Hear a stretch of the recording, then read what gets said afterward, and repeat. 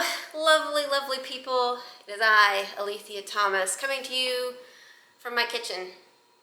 I have no idea why, but I needed to figure out a time to actually film something. So here I am, I'm filming something.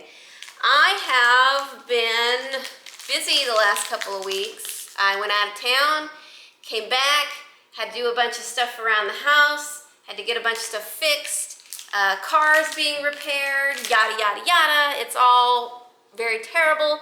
Also, along with the car repairs, if the sound on this is horrible, it's because I left the microphone for this camera in the car and to go get fixed, and it's still there in the glove box of the car, and I'm so angry with myself, but there's really nothing I can do about it now. Just kind of be loud. This room is kind of echoey, so I apologize. I apologize for how awful this sound probably is, but it is what it is. Also, right now, I am cooking my kids' food, so I'm waiting for a pot of water to boil, so I might as well talk to the camera. So, anyway, what have I been doing book-wise? Oh my goodness, it has been kind of a wild and crazy end of the month. So I got a lot of actually reading done, which was good. I'm going to my Goodreads here to see exactly what my count is at this point. So we are at the very end of July. Today is today is the 31st of July, and tomorrow will be the 1st of August. So as far as my official 2023 reading count is going, I am at 48 books out of 100. And I don't feel too bad about that. I think that's pretty solid. We are definitely going to surpass the number of books that I read last year for sure, which I think was like 54 or something. So we are doing good. I was at the end of Jane Austen July, and I'm still reading Jane Austen at Home by Lucy Worsley, which is fantastic still. I enjoy it very much. I haven't really updated it very much on my Goodreads though, I've just noticed, which is kind of funny. My read for the Jane Austen July was Bridget Jones's Diary. I read Lady Susan, and then I also read Pride and Prejudice. I have also watched Bridget Jones's Diary, so we've got that. The only thing that I haven't been able to get in there was a contemporary of Jane Austen, which actually was pretty difficult for me to find something. So I decided that's okay. I did most of the Jane Austen July. Maybe I will read another contemporary of Jane Austen's for next year's Jane Austen July, which I'm totally going to participate in again. It was really fun. It made me read some stuff I haven't read in a long time. Kind of got me in a couple of areas that I don't normally read. Like, I would have never read, Bridget Jones's Diary without knowing that it was a version, another retelling of Pride and Prejudice, which I do see a lot of the similarities between Bridget Jones and in Pride and Prejudice. So Bridget and Lizzie, while they're very different women in their own way, they are both women of their time. And they are also under a lot of social pressure, especially when it comes to getting married and trying to have a future. But that future from everyone else around them always involves a husband and children and all of that stuff. It's just something that society kind of depends on, pushes really hard. It's like the most important thing that you can do, which, how Bridget Jones's Diary ends, nobody gets married or anything like that. So I think that was an interesting twist on that. Also, the people that Bridget was around, all of the other characters, they were reflections of the characters that were in Pride and Prejudice. Yeah, so Bridget Jones's mother was more like Lydia Bennet in this particular retelling. She ends up running off with this Portuguese man who's kind of fleecing everybody of their money, which is really funny. And then she's just the silliest woman ever. Her mother is just behaving like a child basically throughout this whole book, while Bridget's trying to just get her life together. And it's just so funny how Bridget has to deal with all of the craziness of the people that are going on, around her. The same that, Elizabeth Bennet has to as well.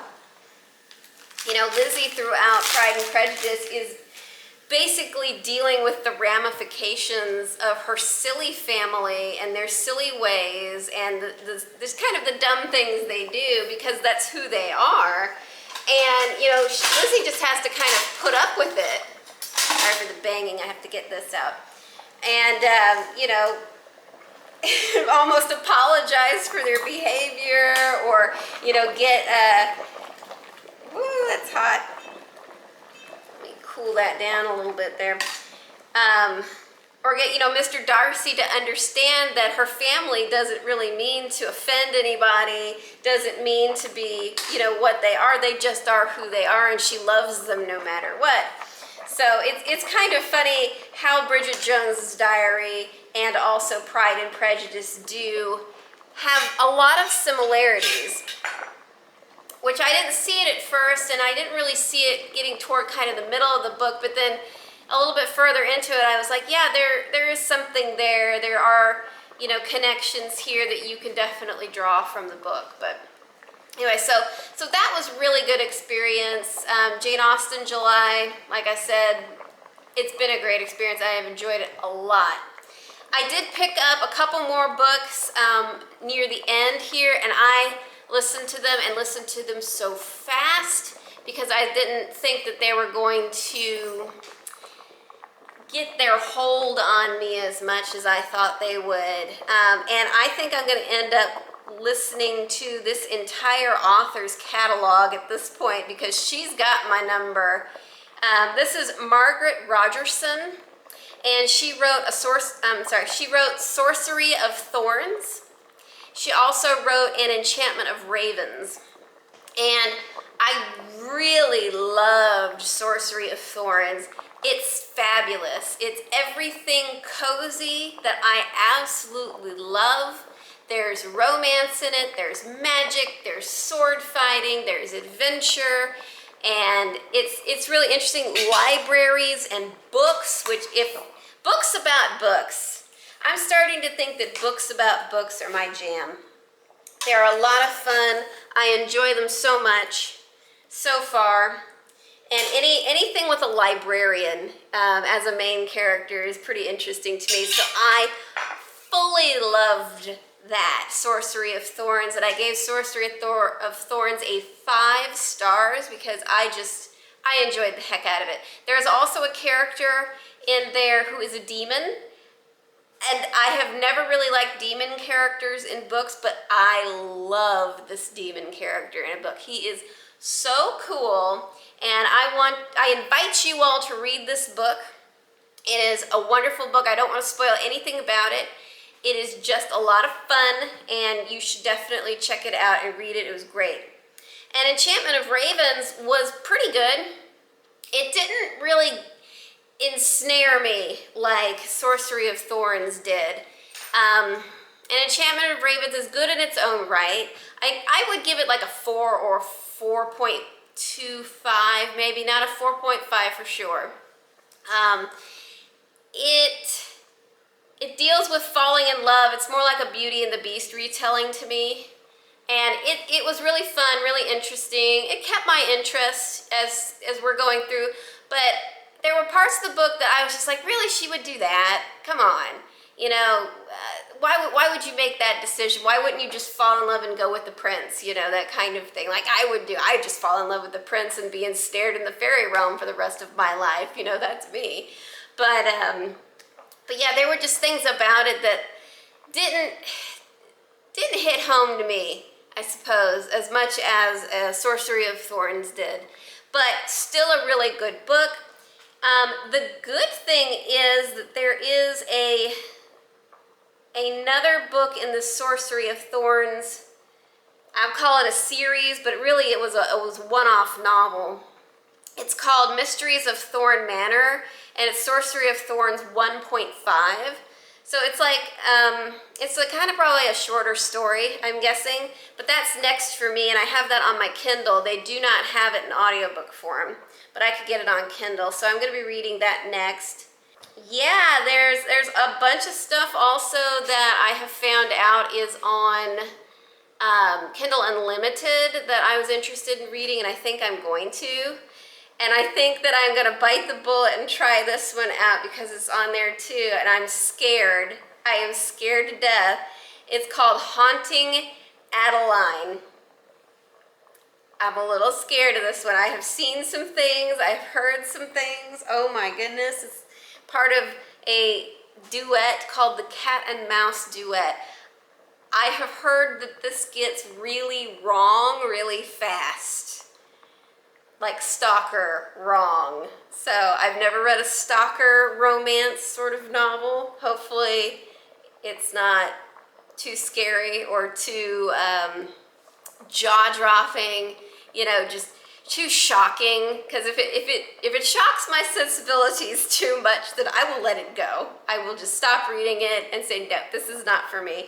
But if it's not, I've heard that also you enjoy it a lot if you like it. So fingers crossed I'll like it. It's going to be smutty.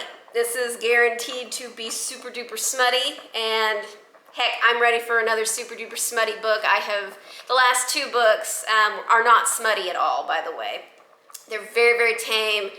There's a bit of kissing in it, that's it. Very tame books, but this book, Adeline, I've heard some things. So I am ready. I am girding my loins and ready. And I will probably finish out Margaret Rogerson's catalog with Vespertine, which I'm not sure what this one's about, but she wrote it. And I've enjoyed everything so far that she has written. Oh, I guess she's like a nun, kind of. A nun that cleanses the bodies of the deceased so that their souls can pass on. Otherwise, they will rise as spirits with a ravenous hunger for the living. So it sounds like zombies almost. That's interesting. So, you know, another magical sort of book, but I don't know if there's any romance involved, which is totally fine. But it's been a busy end of the month, really is all I have to say there.